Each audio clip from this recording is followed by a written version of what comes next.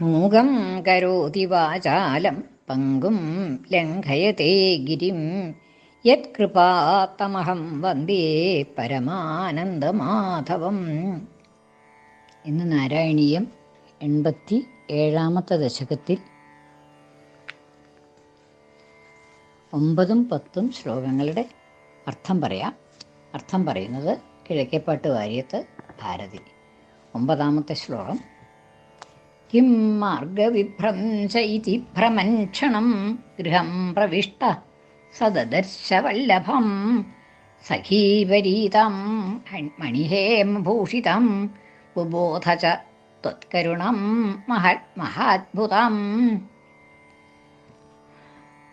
കുചേലൻ ഭഗവാനെ കണ്ടു കഴിഞ്ഞിട്ട് ഒന്നും പറയണ്ടായില്ല. അങ്ങനെ തിരിച്ചു പോന്നു. പിറ്റേ ദിവസം കാലത്ത് തനിക്ക് ഉദ്ദേശിച്ചിരുന്നതായിട്ടുള്ള കാര്യങ്ങളൊന്നും പറയാതെ കണ്ട്, അല്ലെങ്കിൽ ഭാര്യ തന്നെ ഏൽപ്പിച്ചിരുന്നതായിട്ടുള്ള കാര്യങ്ങളൊന്നും പറയാതെ കണ്ട് ആ ഭഗവാനായിട്ട് സന്തോഷിച്ച് വർത്തമാനം പറഞ്ഞത് അതിൽ മാത്രം ശ്രദ്ധിച്ചുകൊണ്ട് അങ്ങോട്ട് തിരിച്ചു പോന്നു. വഴിയിലെത്തിയപ്പോഴാണ് ഇങ്ങനെ ഞാൻ ഒന്നും ചോദിച്ചില്ലല്ലോ എന്നൊരു വിചാരം കുറച്ച് നേരം ഉണ്ടായി. പക്ഷേ അപ്പോഴേക്കും അതൊക്കെ മറന്നു. പിന്നെ ഭഗവാന്റെ ഓരോരോ ലീലകൾ തന്നെ ഓർമ്മിച്ചും കൊണ്ട് വർത്തമാനങ്ങളും തന്നെയുള്ളതായിട്ടുള്ള ആ സ്നേഹവും ഒക്കെ ഇങ്ങനെ ആലോചിച്ചും കൊണ്ട് തിരിച്ചു വന്നു. വന്നു കഴിഞ്ഞപ്പോൾ കിം മാർഗവിഭ്രംശ ഇതി ഭ്രമൻക്ഷണം ക്രമാദപശ്യൻ മണിദീപ്രമാലയം എന്ന് കണ്ടു. തിരിച്ചു വന്നപ്പോൾ അവിടെ വലിയൊരു മണിമാളികയുണ്ട്, പൊങ്ങിയിരിക്കണു. തൻ്റെ ഗൃഹം ഉണ്ടായിരുന്ന സ്ഥലത്ത് ഒരു മണിമാളികയാണ് കാണുന്നത്. അപ്പം അത് കണ്ടപ്പോൾ കിം മാർഗവിഭ്രംശ, എനിക്ക് വഴി തെറ്റിപ്പോയോ?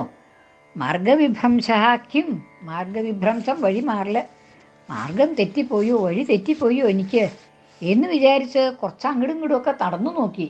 ഇത് ഭ്രമൻക്ഷണം, കുറച്ചു നേരം അവിടെയൊക്കെ വഴി 2-3 വഴികൾ അപ്പുറത്തും ഇപ്പുറത്തുമൊക്കെ കാണാണ്ട് അദ്ദേഹത്തിനെയൊക്കെ പോയി നോക്കി. എനിക്ക് വഴി തെറ്റിയതാണോ എന്ന് വിചാരിച്ച്. അല്ല, ഒന്നുമല്ല. കിം മാർഗവിഭ്രംശ ഇതി ഭ്രമൻക്ഷണം, കുറച്ചു നേരം അങ്ങനെ ചുറ്റി നടന്നു, വഴി തെറ്റിപ്പോയോ എന്ന് വിചാരിച്ചിട്ട്. ഇനി ഒടുക്കം ഈ തെറ്റിയിട്ടില്ല എന്ന് തീർച്ചയായിട്ട് ഗൃഹം പ്രവിഷ്ട, ഏതായാലും ഇവിടേക്ക് ചെന്ന് ചോദിക്കുക. വഴി തെറ്റിയിട്ടില്ലല്ലോ, അപ്പോൾ ഇവിടേക്ക് തന്നെ ചെന്ന് ചോദിക്കുക എന്തേ ഉണ്ടായത് എന്നുള്ളത്. ഗൃഹം പ്രവിഷ്ട, ഗൃഹത്തിലേക്ക് പ്രവേശിച്ചു. സദദർശവല്ലഭാം, അപ്പോൾ തൻ്റെ പത്നിയെ അവിടെ കണ്ടു എന്നാണ്. ഗൃഹം പ്രവിഷ്ട സദദർശവല്ലഭാം, തൻ്റെ പത്നിയെ അവിടെ കണ്ടു. ആ ഗൃഹത്തിൽ, ആ മണിമാളികയിൽ തൻ്റെ പത്നിയെ കണ്ടു. സദദർശ വല്ലഭാം, സഹ അദ്ദേഹം ദദർശ കണ്ടു. ആരെ? വല്ലഭാം ദദർശ, തൻ്റെ പത്നിയെ, പ്രിയതമയെ അവിടെ കണ്ടു. പക്ഷേ പ്രിയതമ പണ്ടത്തെ മാതിരിയൊന്നുമല്ല. എങ്ങനെയായിരുന്നു? സഖീപരീതാം, അനവധി തോഴിമാരൊക്കെ ഉണ്ട്. ഇപ്പോൾ ഒറ്റയ്ക്കൊന്നുമല്ല, തൻ്റെ പത്നി ഒറ്റയ്ക്കല്ല, അവിടെ സഖീപരീതാം, ആ പത്നിയെ സഹായിക്കാനായിട്ട് അനവധി തോഴിമാരുണ്ട് അവിടെ. സഖീപരീതാം മണിഹെ, ചുറ്റപ്പെട്ടുകൊണ്ട്, സഖീപരീതാം സഖികളാൽ ചുറ്റപ്പെട്ടുകൊണ്ട്, പരീത ചുറ്റപ്പെട്ടവളായിട്ട്, സഖീപരീതാം മണിഹേമഭൂഷിതാം, മണികളെ, രത്നങ്ങള്, സ്വർണ്ണാഭരണങ്ങൾ, രത്നം പതിച്ചതായിട്ടുള്ള സ്വർണ്ണാഭരണങ്ങളൊക്കെ അണിഞ്ഞിട്ടുണ്ട്. മണിഹേമ ഭൂഷിതം, മണികൾ പതിച്ചതായിട്ടുള്ള ഹേമം കൊണ്ടുള്ളതായിട്ടുള്ള, സ്വർണം കൊണ്ടുള്ളതായിട്ടുള്ള ആഭരണങ്ങൾ അണിഞ്ഞിട്ട് മണിഹേമ ഭൂഷിതാം, അങ്ങനെയാണ് പത്നിയെ കണ്ടത്. അപ്പോൾ ഭഗവാന് മനസ്സിലായി, ഞാനൊന്നും ചോദിച്ചില്ലെങ്കിലും അദ്ദേഹം എന്തൊക്കെയാണ് ഇവിടെ തന്നിക്കണത് എന്നുള്ളത്. ബുബോധച ത്വൽക്കരുണാം മഹാത്ഭുതാം, മഹാത്ഭുതമായിട്ടുള്ള, മഹത്തായിട്ടുള്ള, അതായത് ഒന്നും ഒരക്ഷരം ഞാൻ ചോദിക്കുകയുണ്ടായില്ല, തനിക്ക് തരുന്നുണ്ട് എന്നുള്ളത് പറയുകയുണ്ടായില്ല. പക്ഷേ ഇവിടെ വന്നു കഴിഞ്ഞപ്പോൾ ഇതൊക്കെ കാണാനുണ്ട്. അപ്പം അത്യധികം അത്ഭുതകരമായിട്ടുള്ള ആ ഭഗവാന്റെ കാരുണ്യം ബുബോധ മനസ്സിലാക്കി എന്നാണ്. ബുബോധ മനസ്സിലാക്കി. ബുബോധ ച ത്വത്കരുണാം, അങ്ങയുടെ കാരുണ്യത്തെ. എങ്ങനെയുള്ളത്? മഹാത്ഭുതാം, അത്യധികം അത്ഭുതമായിട്ടുള്ള അങ്ങയുടെ ആ മഹാത്മ്യത്തെ, കരുണയെക്കുറിച്ച്. അപ്പോൾ കുചേലന് നല്ലോണം മനസ്സിലായി, ആ കാരുണ്യമുണ്ട് എന്നുള്ളത് നല്ല നിശ്ചയുണ്ട്. പക്ഷേ ഇത്രത്തോളം അതുണ്ടാവും എന്നുള്ളത് വിചാരിച്ചില്ല. ഞാൻ ചോദിച്ചാൽ എന്തെങ്കിലും തരാണ്ടിരിക്കില്ല, താനത് ചോദിക്കുകയുണ്ടായില്ല, അതുകൊണ്ട് ഭഗവാൻ തന്നില്ല എന്നൊക്കെ വിചാരിച്ചും കൊണ്ടായിരുന്നു വന്നത്.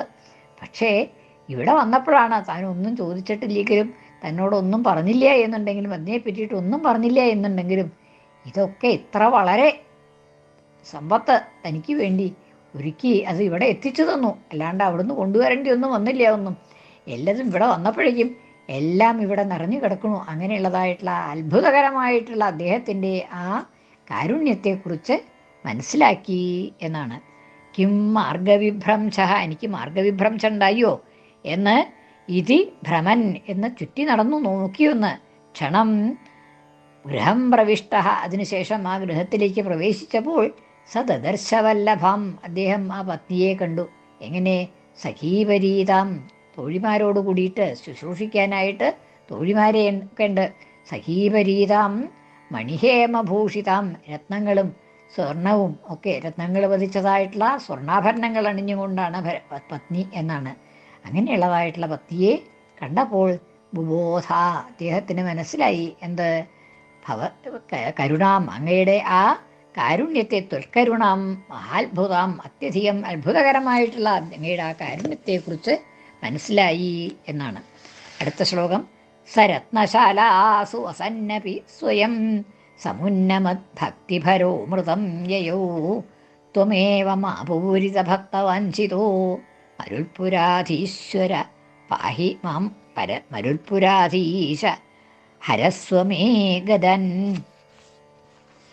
സ രത്നശാലാസു വസന്നപി, ആ രത്നശാലകളിലാണ് പിന്നെ ആ രത്നം കൊണ്ടുള്ളതായിട്ടുള്ള രത്നം പതിച്ചതായിട്ടുള്ള മതിലുകളൊക്കെ ഉള്ളതായിട്ട് ചുമരുകളൊക്കെ ഉള്ളതായിട്ടുള്ള ആ ശാലകൾ, വലിയ വലിയ മുറികൾ, അങ്ങനെ ആ ശാലകളോട് കൂടിയതായിട്ടുള്ള ആ കൊട്ടാരത്തിൽ വസിച്ചു. അങ്ങനെ ഭഗവാൻ തന്നതല്ലേ, ഇപ്പോൾ വേറെ താമസിക്കാൻ വേറെ പോകേണ്ട കാര്യമില്ലല്ലോ, അവിടെയാണ് പിന്നെ വസിക്കുന്നത്. രത്നശാലാസു വസൻ അബി, ആ രത്നശാലകളിൽ, ആ രത്നം പതിച്ചതായിട്ടുള്ള ആ ശാലകളിലൊക്കെ വസിച്ചു എങ്കിലും വസൻ അബി, വസിക്കുന്നവനായിട്ടും സമുന്നമത് ഭക്തിഭരഹ, അവിടെ ഭക്തിക്ക് ഒരു കുറവുണ്ടായില്ല, അത് കൂടുതൽ കൂടുതൽ വർദ്ധിച്ചു വന്നേയുള്ളൂ എന്നാണ്.